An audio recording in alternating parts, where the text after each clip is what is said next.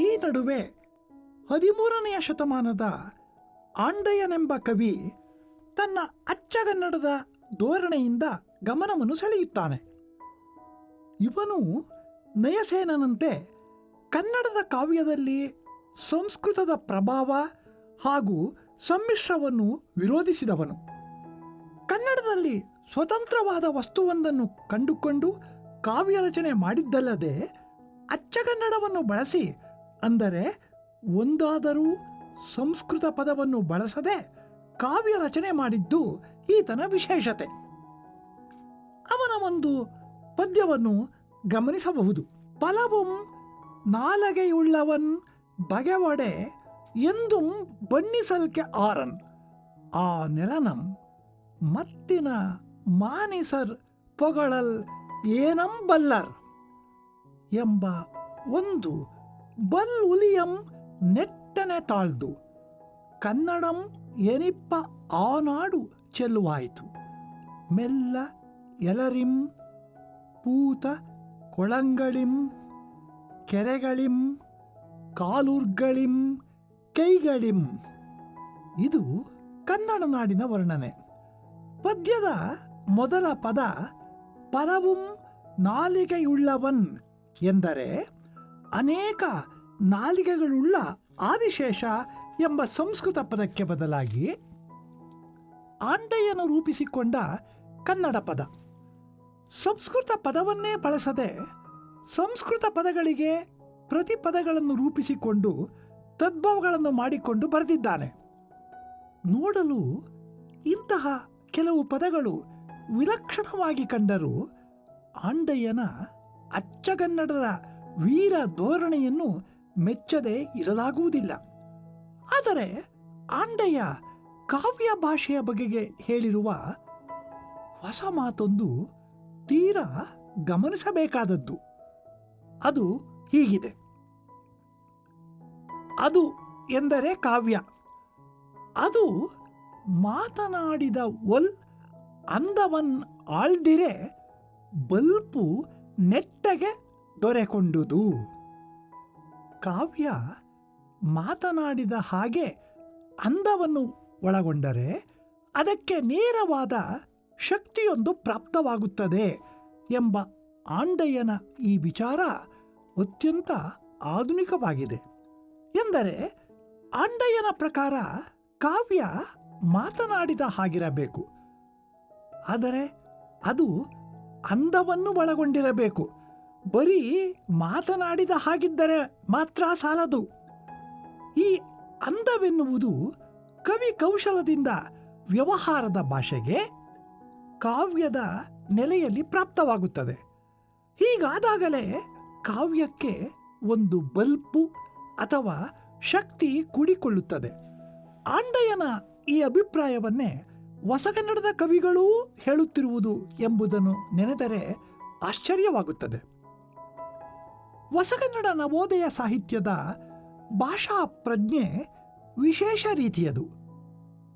ಕಾವ್ಯದ ಭಾಷೆ ಮತ್ತು ಗದ್ಯದ ಭಾಷೆಗಳೆಂದು ಎರಡು ರೀತಿಯಲ್ಲಿ ಇಂದಿನ ಸಾಹಿತ್ಯದ ಭಾಷೆಯನ್ನು ಗುರುತಿಸಬಹುದು. ಕಾವ್ಯದ ಭಾಷೆ ಪ್ರಾಸ ಛಂದಸ್ಸಿನ ಶಿಸ್ತಿಗೆ ಒಳಪಡುವುದರಿಂದ ಅದು ಯಾವಾಗಲೂ ಗದ್ಯದ ಭಾಷೆಯಿಂದ ಸಹಜವಾಗಿಯೇ ಭಿನ್ನವಾಗಿರುತ್ತದೆ.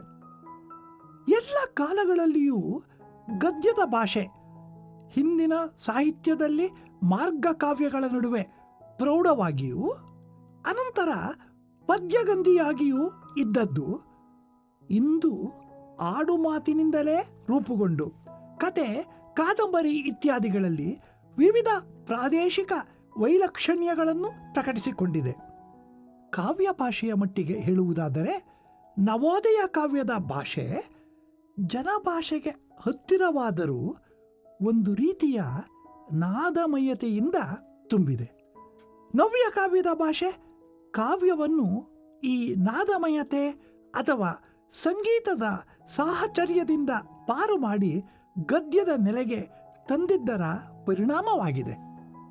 ಹೊಸಗನ್ನಡ ಕಾಲದ ತನಕ ಹರಹಿದ ಹಿಂದಿನ ಕನ್ನಡ ಕವಿಗಳು ಕಾವ್ಯ ಭಾಷೆಯ ಬಗ್ಗೆ ಇಟ್ಟುಕೊಂಡ ಧೋರಣೆಗಳನ್ನು ಮಾಡಿದ ಪ್ರಯೋಗಗಳನ್ನು ನೋಡಿದ ಮೇಲೆ ನಮಗೆ ಅನ್ನಿಸುವುದು ಇಷ್ಟು: ಕನ್ನಡ ಕವಿಗಳಿಗೆ ತಾವು ಕಾವ್ಯ ಬರೆಯಬೇಕಾದದ್ದು, ಬರೆಯುತ್ತಿರುವುದು ಕನ್ನಡದಲ್ಲಿ ಎನ್ನುವುದು ಮುಖ್ಯವಾಗಿತ್ತು. ಆದರೆ ಕನ್ನಡದಲ್ಲಿ ಅಭಿವ್ಯಕ್ತಿಯನ್ನು ಸಾಧಿಸಿಕೊಳ್ಳುವುದಕ್ಕೆ ಇದ್ದ ಆತಂಕ ಸಂಸ್ಕೃತದ್ದು. ಇದು ಬರೀ ಆತಂಕವಲ್ಲ, ಒಂದು ಸವಾಲೂ ಕೂಡ. ಇದನ್ನು ಎದುರಿಸುವಲ್ಲಿ ಅವರು ತಾಳಿದ ನಿಲುವುಗಳು, ತೋರಿದ ಪ್ರತಿಕ್ರಿಯೆಗಳು ಕನ್ನಡ ಸಾಹಿತ್ಯದ ವಿವಿಧ ರೂಪಗಳ ಆವಿಷ್ಕಾರಕ್ಕೆ ಕಾರಣವಾದವು. ಸಂಸ್ಕೃತದ ಆಕರ್ಷಣೆಯನ್ನು ತಿರಸ್ಕರಿಸಲಾರರು, ಕನ್ನಡದ ಸೊಗಸನ್ನು ಬಲಿ ಕೊಡಲಾರರು. ಇಂತಹ ಒಂದು ಸಂಘರ್ಷ ಅವರಲ್ಲಿ, ಮುಖ್ಯವಾಗಿ ನೃಪತುಂಗ, ಪಂಪನಂತವರಲ್ಲಿ ಕಾಣಿಸಿಕೊಂಡದ್ದು ಕ್ರಮೇಣ ಸಂಸ್ಕೃತದ ಮಿತಿಮೀರಿದ ಪ್ರಭಾವದಿಂದ ಪಾರಾಗಿ ಕನ್ನಡ ತನ್ನ ಸತ್ವ ಸಾಮರ್ಥ್ಯಗಳನ್ನು ಪ್ರಕಟಿಸಿಕೊಂಡದ್ದು ಹೇಗೆ ಎನ್ನುವುದನ್ನು ದೇಸಿ ರೀತಿಯ ಕಾವ್ಯ ಪರಂಪರೆ ಹೇಳುತ್ತದೆ. ನೃಪತುಂಗನಿಂದ ಹಿಡಿದು ಆಧುನಿಕ ಕಾಲದವರೆಗೆ ಭಾಷೆಯನ್ನು ಕುರಿತ ಕವಿಗಳ ಧೋರಣೆಯಲ್ಲಿ ತೀರಾ ಗಮನಾರ್ಹವಾದ ಅಂಶವೆಂದರೆ ಕಾವ್ಯ ಆಡುಮಾತಿಗೆ ಸಮೀಪವಾಗಿರಬೇಕು, ಆಡುಮಾತಿನ ಸೊಗಸನ್ನು ಸತ್ವವನ್ನು ಒಳಗೊಳ್ಳಬೇಕು ಎನ್ನುವುದು.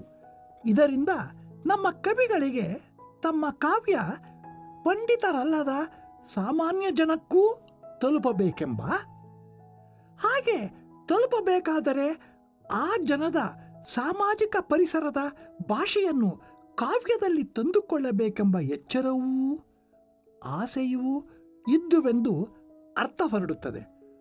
ಆದರೆ ಇದು ನಿಜವಾಗಿದ್ದರೆ ಸಂತೋಷ ಪಡಬಹುದಾಗಿತ್ತು.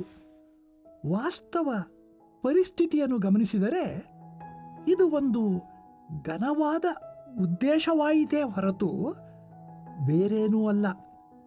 1000 ವರ್ಷಗಳ ಸಾಹಿತ್ಯ ಪರಂಪರೆಯಲ್ಲಿ ಅರ್ಧದಷ್ಟು ಬರವಣಿಗೆ ಜನಸಾಮಾನ್ಯಕ್ಕೆ ಅರ್ಥವಾಗುವಂತಿದೆಯೇ ಎಂಬುದು ಸಂಶಯಾಸ್ಪದವಾಗಿದೆ. ಇಲ್ಲದಿದ್ದರೆ ನೀರು ಇಳಿಯದ ಗಂಟಲೋಳ್ ಕಡುಬಂ ತುರುಕಿದಂತಾಯಿತು ಎನ್ನುವ ಟೀಕೆ ಬರುತ್ತಿರಲಿಲ್ಲ. ಈ ಘನವಾದ ಉದ್ದೇಶವನ್ನು ತಕ್ಕಮಟ್ಟಿಗೆ ಕಾರ್ಯಗತ ಮಾಡಿದವುಗಳು ದೇಸಿ ಕಾವ್ಯಗಳೇ, ರಾಜಸ್ಥಾನಗಳ ಹೊರಗೆ ರಚಿತವಾದ ಕಾವ್ಯಗಳೇ. ಇದರಿಂದ ನಿಷ್ಪನ್ನವಾಗುವ ಅಂಶವೆಂದರೆ ಕನ್ನಡ ಸಾಹಿತ್ಯ ಎಲ್ಲೆಲ್ಲಿ ರಾಜಾಶ್ರಯದ ಹಂಗನ್ನು ಹರಿದು ನಿಂತಿದೆಯೋ ಅಲ್ಲೆಲ್ಲ ಕಾವ್ಯದ ಭಾಷೆ ಬಹುಮಟ್ಟಿಗೆ ಜನಭಾಷೆಗೆ ಸಮೀಪವಾಗಿದೆ ಮತ್ತು ಕನ್ನಡ ಸಾಹಿತ್ಯ ಪರಂಪರೆಗೆ ಒಂದು ಹೊಸ ತಿರುವು ಅಂತಹ ಕಡೆ ಬಂದಿದೆ. ಇಂತಹ ಒಂದು ತಿರುವು ಬಂದದ್ದೂ ಕೂಡ ಸಾಹಿತ್ಯಕ ಕಾರಣದಿಂದ ಅಲ್ಲ, ಧಾರ್ಮಿಕ ಆಂದೋಲನದಿಂದ ಎನ್ನುವುದು ಮುಖ್ಯವಾಗಿ ಗಮನಿಸಬೇಕಾದ ಸಂಗತಿಯಾಗಿದೆ. ಎಂದರೆ ಒಂದು ಧಾರ್ಮಿಕ ಕ್ರಾಂತಿಯ ಸಂದರ್ಭದಲ್ಲಿ ಅದು ಸಮಾಜದ ಅತ್ಯಂತ ಸಾಮಾನ್ಯ ಜನರಿಂದಲೇ ಸಾಹಿತ್ಯ ರಚನೆ ಮೊದಲಾದದ್ದರಿಂದ ಮತ್ತು ಆ ಸಾಮಾನ್ಯ ಜನರೊಂದಿಗೆ ಅಂದಿನ ಕ್ರಾಂತಿಯ ಮುಂದಾಳುಗಳು ವ್ಯವಹರಿಸಬೇಕಾದದ್ದರಿಂದ ಅವರ ಅಭಿವ್ಯಕ್ತಿಯಿಂದಾಗಿ ಕನ್ನಡ ಸಾಹಿತ್ಯಕ್ಕೆ ಒಂದು ಹೊಸ ತಿರುವು ಬಂದಿತು. ಧಾರ್ಮಿಕ ಅವಶ್ಯಕತೆ ಅಂದಂದಿನ ಕಾವ್ಯದ ಭಾಷೆಯನ್ನು ಹೇಗೆ ರೂಪಿಸಬಲ್ಲದು ಎಂಬುದಕ್ಕೆ ವಚನಕಾರರ ಮತ್ತು ಅವರಿಂದ ಸ್ಫೂರ್ತಿ ಪಡೆದ ಕವಿಗಳ ಮತ್ತು ವೈಷ್ಣವ ಕೀರ್ತನಕಾರರ ಹಾಗೂ ಕವಿಗಳ ಕೃತಿಗಳೇ ಸಾಕ್ಷಿಯಾಗಿವೆ. ಜೈನ ಧರ್ಮದ ದೃಷ್ಟಿಯಿಂದಲೂ ಈ ಮಾತು ನಿಜ. ಯಾಕೆಂದರೆ ಸಂಸ್ಕೃತದ ಹಂಗನ್ನು ಹರಿದು ಶುದ್ಧಗನ್ನಡವನ್ನೇ ಸಾಹಿತ್ಯದ ಭಾಷೆಯನ್ನಾಗಿ ಮಾಡಬೇಕೆಂಬ ಮೊದಲ ಧ್ವನಿ ಹೊರಟದ್ದು ನಯಸೇನನೆಂಬ 12ನೇ ಶತಮಾನದ ಜೈನ ಕವಿಯಿಂದ. ನಯಸೇನನಿಗೆ ಕಾವ್ಯದ ಭಾಷೆ ಹೀಗೆ ಜನಸಾಮಾನ್ಯರ ಭಾಷೆಯಾಗಬೇಕೆಂದು ತೋರಿದ್ದು ಒಂದು ಧಾರ್ಮಿಕ ಅವಶ್ಯಕತೆಯಾಗಿಯೇ. ಏಕೆಂದರೆ 12ನೆಯ ಶತಮಾನದ ವೇಳೆಗೆ ಕರ್ನಾಟಕದಲ್ಲಿ ಜೈನ ಧರ್ಮ ಇಳಿಗಾಲದಲ್ಲಿದ್ದು ಶೈವ ವೈಷ್ಣವ ಧರ್ಮಗಳೊಂದಿಗೆ ಸೆಣಸಾಡಿ ತನ್ನ ಉಳಿವಿಗಾಗಿ ಹೋರಾಟ ನಡೆಯಿಸಿತ್ತು. ಇಂತಹ ಸಂದರ್ಭದಲ್ಲಿ 10ನೆಯ ಶತಮಾನದ ಕವಿಗಳಂತೆ ಪ್ರೌಢವಾಗಿ ಪುರಾಣಗಳನ್ನು ಬರೆಯುವುದರಿಂದ ಪ್ರಯೋಜನವಿಲ್ಲ. ಜೈನ ಧರ್ಮ ಉಳಿಯಬೇಕಾದರೆ ಅದನ್ನು ಜನದ ಆಡುಮಾತಿನಲ್ಲಿ ಅವರಿಗೆ ತಿಳಿಯುವಂತಹ ರೀತಿಯಲ್ಲಿ ಹೇಳಬೇಕು ಎಂಬ ವಿವೇಕ ನಯಸೇನನಲ್ಲಿ ಮೂಡಿದ್ದರಿಂದಲೇ ಕನ್ನಡ ಸಾಹಿತ್ಯದಲ್ಲಿ ಮೊಟ್ಟ ಮೊದಲಿಗೆ ಕಾವ್ಯ ಭಾಷೆಯ ಬಗ್ಗೆ ಸಂಸ್ಕೃತ ವಿರೋಧಿ ಧೋರಣೆಯೊಂದು ಹುಟ್ಟಿಕೊಂಡಿತು. ಮತ್ತೆ ಮುಂದಿನ ಅನೇಕ ಜೈನ ಕವಿಗಳಿಗೆ ಇದು ಮಾದರಿಯಾಗಿ ಅನೇಕ ಜೈನ ಪುರಾಣಗಳು, ಕಾವ್ಯಗಳು ಸಾಂಗತ್ಯದಂತಹ ದೇಸೀಯ ಛಂದಸ್ಸಿನಲ್ಲಿ ರಚಿತವಾದವು. ಹಾಗಾದರೆ ಪಂಪ, ರನ್ನ, ಪೊನ್ನರೆಂಬ ರತ್ನತ್ರಯರು ಬರೆದ ಕಾಲಕ್ಕೆ ಅವರ ಕಾವ್ಯಗಳು ಅತ್ಯಂತ ಪ್ರೌಢವಾಗಿ ಏಕೆ ರಚಿತವಾದವು? ಅವರಿಗೂ ಧರ್ಮ ಪ್ರಸಾರದ ಅವಶ್ಯಕತೆ ಇತ್ತಲ್ಲ ಎಂಬ ಪ್ರಶ್ನೆ ಏಳಬಹುದು. ಅವರಿಗೆ ಧರ್ಮ ಪ್ರಸಾರದ ಉದ್ದೇಶವಿತ್ತೇ ಹೊರತು ನಯಸೇನನ ಕಾಲಕ್ಕೆ ಇದ್ದಂತಹ ಆತಂಕದ ಸ್ಥಿತಿ ಇರಲಿಲ್ಲ ಎನ್ನುವುದೇ ಈ ಪ್ರಶ್ನೆಗೆ ಉತ್ತರ. ಪಂಪ, ರನ್ನಾದಿಗಳ ಕಾಲ ಜೈನ ಧರ್ಮದ ಉತ್ಕರ್ಷದ ಕಾಲ. ಅದು ಹಾಗೆ ಉತ್ಕರ್ಷವಾಗಲು ಜೈನ ಧರ್ಮ ಅನೇಕ ಶತಮಾನಗಳಿಂದಲೂ ಕರ್ನಾಟಕದಲ್ಲಿ ಇದ್ದುದೇ ಕಾರಣ. ಕರ್ನಾಟಕಕ್ಕೆ ಜೈನ ಧರ್ಮ ಬಹುಶಃ ಕ್ರಿಸ್ತ ಪೂರ್ವದಲ್ಲಿಯೇ ಪ್ರವೇಶಿಸಿರಬೇಕು. ಅದು ಅನೇಕ ರಾಜರುಗಳ ಆಶ್ರಯದಿಂದ. ಕ್ರಿಸ್ತಶಕ 5ನೆಯ ಶತಮಾನದಿಂದಲೇ ಕರ್ನಾಟಕದಲ್ಲಿ ಪ್ರಬಲವಾಗತೊಡಗಿ 10ನೆಯ ಶತಮಾನದ ವೇಳೆಗೆ ಶಿಖರವನ್ನು ಮುಟ್ಟಿತು. ಆಗ ಅದನ್ನು ಜನಸಾಮಾನ್ಯರಿಗೆ ತಿಳಿಯ ಹೇಳುವಂತಹ ಸರಳ ದೇಶೀಯ ಪ್ರಯತ್ನಗಳು ಅಗತ್ಯವಾಗಿರಲಿಲ್ಲ. ಹಾಗೆ ನೋಡಿದರೆ ಜೈನ ಧರ್ಮ ಪ್ರಕರ್ಷವಾದ ಈ ಕಾಲದ ಜೈನ ಕವಿಗಳಿಗೆ ಆಶ್ರಯ ಕೊಟ್ಟ ರಾಜರಾರೂ ಜೈನರಲ್ಲ ಎಂಬುದನ್ನು ನೆನೆದರೆ ಇದಕ್ಕೆ ಅಂತಹ ರಾಜಾಶ್ರಯವಾಗಲಿ ದೇಶ ಭಾಷೆಯ ನೆರವಾಗಲಿ ಬೇಕಾಗಿರಲಿಲ್ಲ ಎಂಬುದು ಸ್ಪಷ್ಟವಾಗಿದೆ. ಈ ಕಾಲದಲ್ಲಿ ಪಂಪ, ರನ್ನ, ಪೊನ್ನರು ಬರೆದ ಜೈನ ಪುರಾಣಗಳನ್ನು ನೋಡಿದರೆ ಅವು ಮುಖ್ಯವಾಗಿ ಪಂಡಿತರನ್ನು ಮೆಚ್ಚಿಸಲು ಬರೆದಂತೆ ತೋರುತ್ತವೆಯೇ ವಿನಃ ತಮ್ಮ ಸಮಕಾಲೀನವಾದ ಸಾಮಾನ್ಯ ಜೈನ ಧರ್ಮೀಯರನ್ನು ಮೆಚ್ಚಿಸುವ ಅಥವಾ ಅವರಿಗೆ ತಮ್ಮ ಪುರಾಣಗಳ ಮೂಲಕ ಜೈನ ಧರ್ಮವನ್ನು ಮುಟ್ಟಿಸುವ ಉದ್ದೇಶವಿದ್ದಂತೆ ತೋರುವುದಿಲ್ಲ. ರತ್ನತ್ರಯರು ಪ್ರೌಢಶೈಲಿಯಲ್ಲಿ ಬರೆದ ಈ ಪುರಾಣಗಳು ಕನ್ನಡಿಗರಾದ ಜೈನ ಧರ್ಮೀಯರ ಪಾರಾಯಣ ಗ್ರಂಥವಾಗಿದ್ದುವೇ ಅಥವಾ ಆಗಿವೆಯೇ ಎನ್ನುವುದು ತೀರಾ ಸಂಶಯಾಸ್ಪದ. ಅತ್ತಿಮಬ್ಬೆಯಂಥವಳು ಪೊನ್ನನ ಶಾಂತಿ ಪುರಾಣದ ಸಹಸ್ರ ಪ್ರತಿಗಳನ್ನು ಮಾಡಿಸಿ ಶಾಸ್ತ್ರದಾನ ರೂಪದಲ್ಲಿ ಹಂಚಿದಳು ಎಂದರೆ ಅದನ್ನು ಅಂದಿನ ಜನ ಪಾರಾಯಣಕ್ಕೆ ಬಳಸಲು ಸಾಧ್ಯವಾಯಿತು ಎಂದೇನೂ ಅರ್ಥವಾಗುವುದಿಲ್ಲ. ಬಹುಶಃ ಜನ ಅವುಗಳನ್ನು ಶ್ರದ್ಧೆಯಿಂದ ಪೂಜಿಸಿದ್ದಿರಬಹುದು. ಈಗಲೂ ಜೈನ ಗೃಹಸ್ಥರು ಪಾರಾಯಣಕ್ಕೆ ಬಳಸುವುದು ರತ್ನಾಕರನ ಭರತೇಶ ವೈಭವದಂತಹ ಸಾಂಗತ್ಯ ಕೃತಿಗಳನ್ನು. ನಯಸೇನನ ಕಾಲಕ್ಕೆ ಒದಗಿದಂತಹ ಪರಿಸ್ಥಿತಿ ಜೈನ ಧರ್ಮಕ್ಕೆ ಪಂಪನ ಕಾಲದಲ್ಲಿಯೇ ಒದಗಿದ್ದರೆ ಬಹುಶಃ ಒಂದೇ ದೇಸಿ ಕಾವ್ಯ ಧೋರಣೆ ಕನ್ನಡದಲ್ಲಿ ಹುಟ್ಟಬಹುದಾಗಿತ್ತು. ಆದರೆ 11ನೆಯ ಶತಮಾನದಿಂದ ಜೈನ ಧರ್ಮಕ್ಕೆ ಉಳಿವಿನ ಹೋರಾಟ ಪ್ರಾಪ್ತವಾದಾಗ ಅದಕ್ಕೆ ಜನಸಾಮಾನ್ಯರ ಭಾಷೆಯ ಅಗತ್ಯ ತಲೆದೋರಿತು. ಎಂದರೆ ಜೈನರು ಕನ್ನಡಕ್ಕೆ ಎಂದರೆ ಶುದ್ಧ ಕನ್ನಡಕ್ಕೆ ಒಲಿದದ್ದು ಜೈನ ಧರ್ಮದ ಇಳಿಗಾಲದಲ್ಲಿ. ವೀರಶೈವರು ಕನ್ನಡಕ್ಕೆ ಒಲಿದದ್ದು ವೀರಶೈವ ಧರ್ಮದ ಉತ್ಕರ್ಷದ ಕಾಲದಲ್ಲಿ. ಜೈನರು ಪ್ರೌಢತೆಗೆ ಅಥವಾ ಸಂಸ್ಕೃತಕ್ಕೆ ಒಲಿದದ್ದು ಅದರ ಉತ್ಕರ್ಷದ ಕಾಲದಲ್ಲಿ, ವೀರಶೈವರು ಪ್ರೌಢತೆಗೆ ಅಥವಾ ಸಂಸ್ಕೃತಕ್ಕೆ ಒಲಿದದ್ದು ವೀರಶೈವ ಧರ್ಮದ ಇಳಿಗಾಲದಲ್ಲಿ. 16ನೇ ಶತಮಾನದ ನಂತರದ ವೀರಶೈವ ಸಾಹಿತ್ಯ ತಕ್ಕಷ್ಟು ಪ್ರೌಢವಾಗಿರುವುದಲ್ಲದೆ ವಚನಗಳ ವ್ಯಾಖ್ಯಾನ ಸಂಸ್ಕೃತದ ಹಿನ್ನೆಲೆಯಲ್ಲಿ ಮತ್ತು ಸಂಸ್ಕೃತದಲ್ಲಿ ಎಂಬುದನ್ನು ಇಲ್ಲಿ ಗಮನಿಸಬಹುದು. ವೈಷ್ಣವರು ಕನ್ನಡಕ್ಕೆ ಒಲಿದದ್ದು 15ನೇ ಶತಮಾನದ ಹೊತ್ತಿಗೆ.